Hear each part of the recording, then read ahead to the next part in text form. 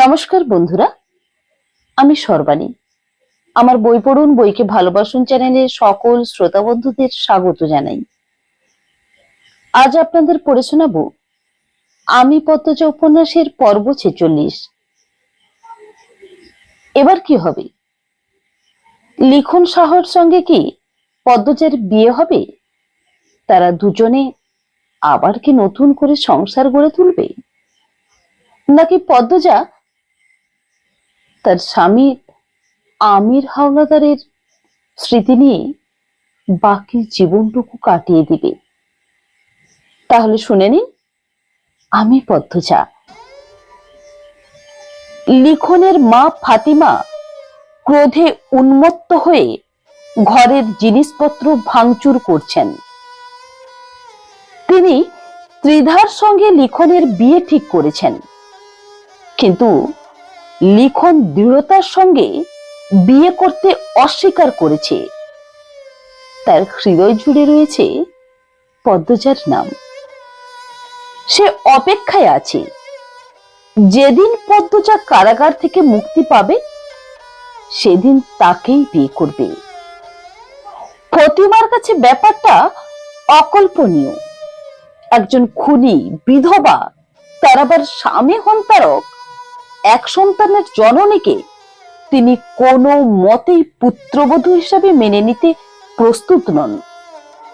ফতিমা কঠোর কণ্ঠে হুমকি দিয়েছেন, যদি লিখন পদ্মজাকে বিয়ে করে তিনি আত্মহত্যা করবেন।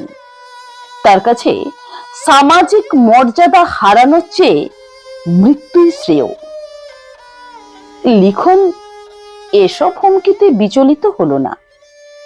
সে প্রেমের নেশায় বিভোর। আমির এখন আর নেই। জীবন তাকে একটা সুবর্ণ সুযোগ এনে দিয়েছে পদ্মজাকে পাওয়ার, যা সে কিছুতেই হারাতে চায় না। দীর্ঘদিন সে দূরে থেকেছে, কারণ পদ্মজার স্বামী জীবিত ছিল। এখন পদ্মজা একাকী, তার স্বামী প্রয়াত। লিখন স্বপ্ন দেখছে পদ্মজাকে বিয়ে করে একটা নতুন জীবন উপহার দেওয়ার, আর সেই সঙ্গে নিজের ক্ষত বিক্ষত হৃদয়কেও সুস্থ করে তোলার। লিখন বৈঠকখানায় গিয়ে বসলো। যেদিন সে জানতে পেরেছিল পদ্মজা কারাগারে, সেদিন থেকেই সে অবিরাম দৌড়াচ্ছে।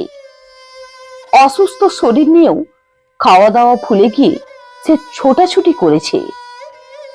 একদিকে ছিল পদ্মজার ফাঁসির আশঙ্কা, আর অন্যদিকে মিথ্যা অপবাদে নিজের পেশা জীবন ধ্বংসের আশঙ্কা। ভাগ্য তার সহায় ছিল, তাই কোনো দিক থেকেই ক্ষতি হয়নি। লিখন দৃঢ় প্রতিজ্ঞ পদ্মজার সঙ্গে নতুন করে জীবন শুরু করার। জানি এই পথ সুগম নয়।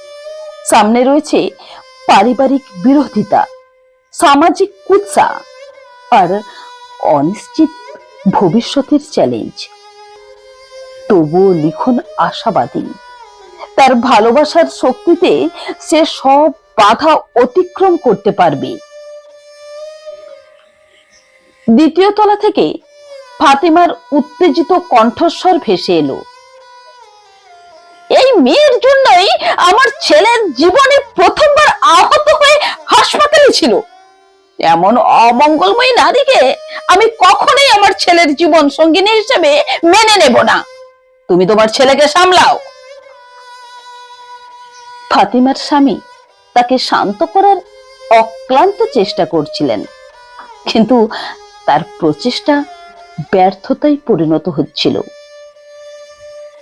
হঠাৎ দরজায় কলিং বেলের শব্দ শোনা গেল। লিখন চারপাশে তাকিয়ে দেখল কেউ নেই। কয়েকবার গৃহ পরিচারিকাকে ডাকলো, তারও কোনো সাড়া পাওয়া গেল না। অগত্যা একটু বিরক্তি নিয়েই সে দরজা খুলতে এগিয়ে গেল। দরজার ওপারে দাঁড়িয়ে ছিল তাদের বাড়ির দারোয়ান। হাতে একটা খাম। লিখন জিজ্ঞেস করলো, কে দিয়েছে? দারোয়ান জবাব দিল, আগে তুষার সাহেব পাঠিয়েছেন। লিখন খামটা হাতে নিয়ে সংক্ষেপে বলল, ঠিক আছে, যেতে পারো। লিখন ঘরে ঢুকে দরজা বন্ধ করে দিল আর খামটা বিছানার উপর রেখে আয়নার সামনে দাঁড়ালো। নিজের প্রতিবিম্বের দিকে তাকিয়ে থাকতে থাকতে পাশে যেন পদ্মজার ছায়াও দেখতে পেল। তার জীবনে সব কিছু আছে, শুধু একটা মাত্র অভাব, পদ্মজার উপস্থিতির। শার্ট খুলে গোসলখানায় ঢুকলো সে। গোসল শেষে কোমরে তোয়ালে জড়িয়ে বেরিয়ে এসে আবার খামটা হাতে তুলে নিল। খামের ভেতরে একটা চিঠি। উৎসুক হৃদয়ে লিখন চিঠির ভাঁজ খুলল। সম্মানিত লিখন সাহ, আপনার প্রতি আমার অকৃত্রিম শ্রদ্ধা ও সালাম। আশা করি আপনি সুস্থ ও নিরাপদে আছেন। প্রথমেই জানাতে চাই, আপনার প্রতি আমার কৃতজ্ঞতার সীমা পরিসীমা নেই। আপনার অনুভূতি ও ব্যক্তিত্বের প্রতি আমার গভীর সম্মান রয়েছে। বিধির বিড়ম্বনায় কারাগারের নির্জন প্রকোষ্ঠ থেকে আপনাকে এই চিঠি লিখতে হলো। শুনেছি আপনি আমার মুক্তির প্রতীক্ষায় দিন গুনছেন। কারা মুক্তির পর আপনি আমাকে জীবন সঙ্গিনী করার স্বপ্ন দেখছেন। মনে রাখবেন, কিছু স্বপ্ন অলিক ও অপ্রাপ্য। আপনি এমন এক আকাঙ্ক্ষায় একটা নিষ্পাপ হৃদয়কে ব্যথিত করছেন যা পূরণ হওয়ার নয়। আপনার সঙ্গে আমার মিলন যদি নিয়তি নির্দিষ্ট হতো, তবে তা এরই মধ্যে সংঘটিত হতো। আমার অন্তরাত্মা একজনের প্রেমে দগ্ধ হয়ে গেছে। সেই ভস্মীভূত হৃদয়কে কিভাবে আপনি পুনরায় চালাবেন? মানুষ এক জীবনে সব প্রাপ্তি লাভ করে না। প্রত্যেক ব্যক্তির জীবনেই কিছু না কিছু অপ্রাপ্তি থেকে যায়। একটি দুটি অভাব নিয়ে জীবনযাপন করা অত্যন্ত দুরূহ নয়। যে আপনাকে অকৃত্রিম ভালোবাসা দেয়, তাকেই আপনি হৃদয়ের আসনে বসান। যে আপনার জন্য সর্বস্ব ত্যাগ করতে প্রস্তুত, তাকে আপনার অন্তরের এক কোণে স্থান করে দিন। ত্রিধা একটা অসাধারণ মেয়ে। সে আমার সঙ্গে সাক্ষাৎ করতে এসেছিল। তার হৃদয়ে আপনার জন্য অগাধ ভালোবাসা রয়েছে। চিকিৎসক হওয়ার স্বপ্ন ছিল তার। আপনার নিকটবর্তী হওয়ার আকাঙ্ক্ষায় সে মেডিকেল শিক্ষা ত্যাগ করে অভিনয়ে যোগ দিয়েছে। কত গভীর প্রেম থাকলে একজন মানুষ এমন ত্যাগ স্বীকার করে? আপনি নিজেও অবশ্য স্বীকার করবেন যে ত্রিধা আপনাকে অকৃত্রিম ভাবে ভালোবাসে। সে আপনার সান্নিধ্য লাভের জন্য ব্যাকুল।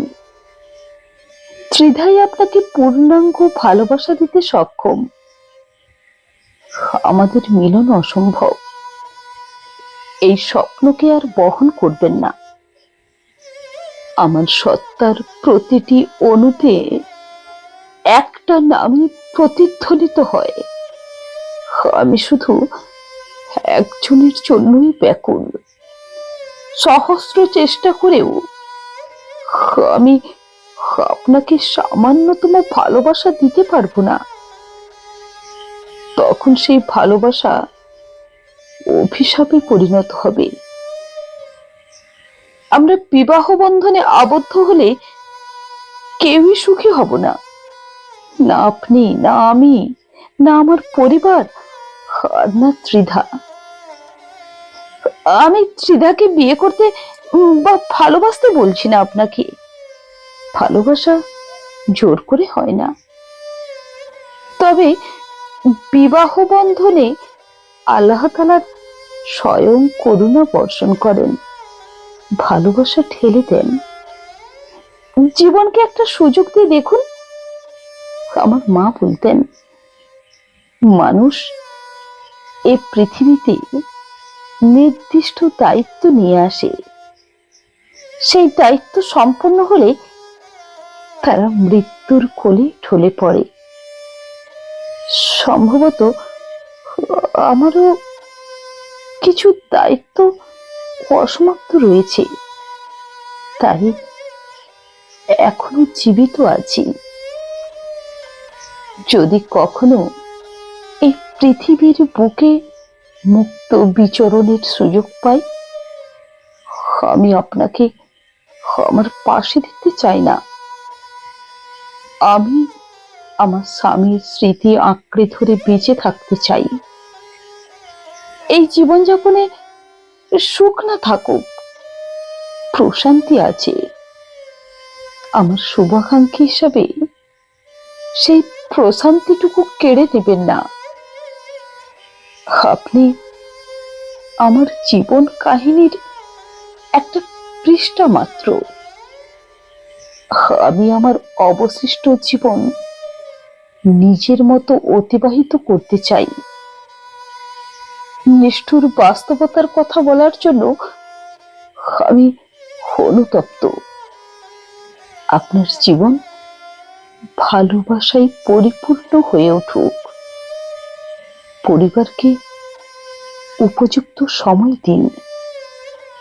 ইতি পদ্মজা।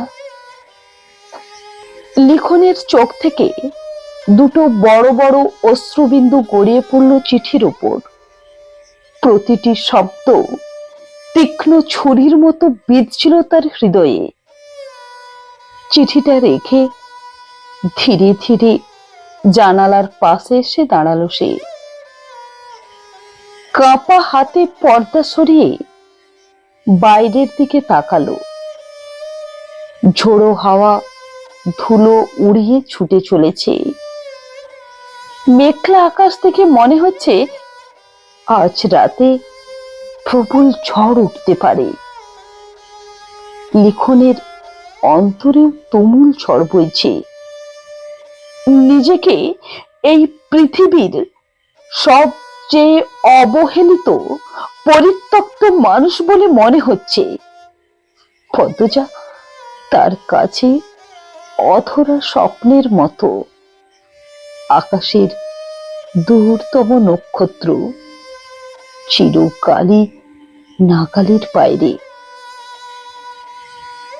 আর সে নিজে একজন দরিদ্র পূজারীর মতো, যার ভাগ্যে সেই উজ্জ্বল নক্ষত্রকে কাছে পাওয়ার সৌভাগ্য কখনোই জুটবে না। বন্ধুরা, আমি পদ্মজা উপন্যাসের পর্ব 46 এখানেই শেষ করলাম। নমস্কার।